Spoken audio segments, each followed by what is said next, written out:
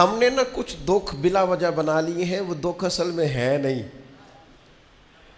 کچھ تکلیفیں، کچھ دکھ نا مفت کے ہیں، وہ دکھ نہیں، وہ خود ساختہ مصیبتیں ہماری. مثلاً کوئی بندہ آ کے اگر کہتا ہے کہ میرے پاس ضرورت کے پیسے تو ہیں لیکن جناب سیونگ کوئی نہیں ہوتی، گزارا ہی بس ہوتا ہے، لہذا میں دکھی ہوں، تو میرا خیال ہے جس کا گزارا ہوتا ہے اسے سکھی ہونا چاہیے، دکھی نہیں ہونا چاہیے. وہ جی وہ کل کو ضرورت بھی پڑ سکتی ہے، بچے بھی بیانے ہیں، حالات بھی کوئی جڑتی نہیں ہے، تو یہ خود ساختہ دکھ ہے، یہ دکھ نہیں ہے، یہ ہم نے بنا لیا. نہیں، ایک صاحب نے آ کے یوں کہا کہ بڑی تکلیف میں ہوں، کس وجہ سے؟ میری بچی کو اپنے سسرال میں کام بڑا کرنا پڑتا ہے. تو میں نے کہا ہاتھوں پہ چھالے پڑتے ہیں اس کے؟ کہا نہیں. تو میں نے کہا پھر کوئی دکھ والی بات نہیں، مدینے والے محبوب کی مقدس شہزادی کے ہاتھوں میں تو چھالے پڑ جاتے تھے. یہ تو خود ساختہ دکھ ہے بھائی، یہ تو بنایا ہوا ہے. یہ کوئی دکھ ہے کہ اپنے گھر میں کام کرتی ہے؟ بلا وجہ کے دکھ، بلا وجہ کی آزمائشیں. یعنی کچھ لوگ آ کے کہتے ہیں میرے رشتہ دار بڑے برے ہیں تو میں بڑا دکھی ہوں. اس میں دکھی ہونے والی کون سی بات ہے؟ نبی پاک علیہ السلام نے فرمایا کمزور باتیں نہ کرنا کہ کوئی میرے ساتھ نیکی کرے گا تو میں کروں گا. فرمایا جو تم سے توڑے تم اس سے جوڑو. رشتہ دار اگر آپ سے اچھا سلوک نہیں کرتے تو یہ دکھ والی بات نہیں. دکھ والی بات یہ ہے اگر آپ اچھا سلوک نہیں کرتے تو پھر دکھی ہونا چاہیے، پھر تکلیف میں آنا چاہیے. اگر آپ کا رویہ ترش ہے، تلخ ہے، آپ کے مزاج میں گھٹن ہے، آپ کے لفظ بوجھ تلے جبے ہوئے، خود ساختہ دکھ نہیں. او جی میں غریب بڑا ہوں، یہ دکھ ہے؟ غربت اور تھوڑا کھانا اور تھوڑی جائیدادیں یہ تو نبی پاک کی پسند ہے. حضور نے تو اللہ سے مانگ کے لیا ہے کہ یا اللہ ایک وقت روٹی دینا، ایک وقت کا فاقہ دینا. اور حضور فرماتے ہیں اللہ میرا دل کرتا ہے جب تو مجھے پیٹ بھر کے کھانا عطا کرے تو شکر کروں، اور جب نہ ہو تو تیری بارگاہ میں عرض کروں.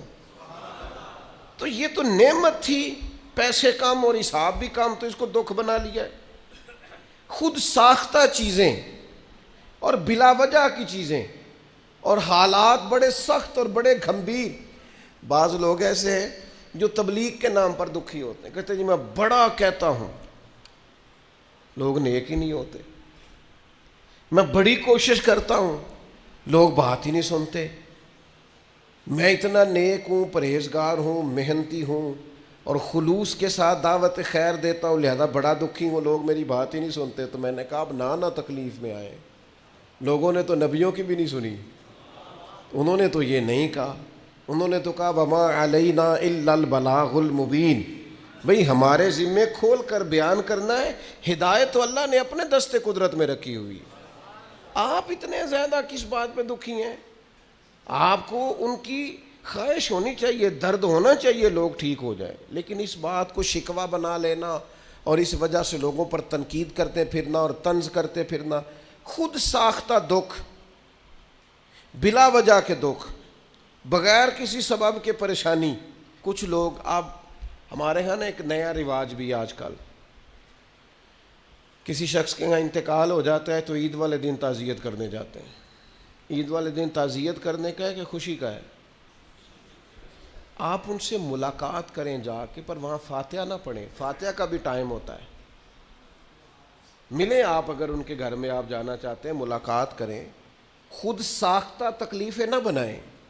ایک صحابیہ ہیں نبی پاک علیہ الصلوۃ والسلام کی سیاح، ان کے بھائی کا انتقال ہو گیا تھا. بہن بھائی کے پیار کا کوئی شخص اندازہ کر سکتا ہے؟ بھائی سگا بھائی چلا گیا، تیسرے دن اٹھ کے، 3 دن مکمل ہوئے تو اٹھ کے اس خاتون نے خوشبو لگائی، نیا لباس پہنا. لوگوں نے کہا جناب یہ آپ نے کیا کیا؟ فرمانے لگی مجھے کوئی ضرورت نہیں تھی، مجھے کہیں جانا نہیں تھا، گویا کوئی تقریب نہیں تھی کہ میں نیا لباس پہنتی یا خوشبو لگاتی، لیکن چونکہ حضور نے فرمایا ہے تعزیت صرف 3 دن ہے، لہذا اپنے محبوب کی شریعت کا نکھرا ہوا چہرہ لوگوں کے سامنے پیش کرنے کے لیے میں نے 3 دن سے زیادہ سوگ کرنے سے انکار کر دیا ہے. یہاں تو میرے بھائی لوگ تانا زنی کرتے، او کل بھئی انہاں دا باپ گیا تے نہ دکاناں کھول بھی لئیاں نے. 4 دن تو کیا آپ مذاق کر رہے ہیں دین کے ساتھ. خود ساختہ دکھ نہ بنائیں, خود ساختہ آزمائشیں نہ بنائیں, خوش رہنا سیکھیں.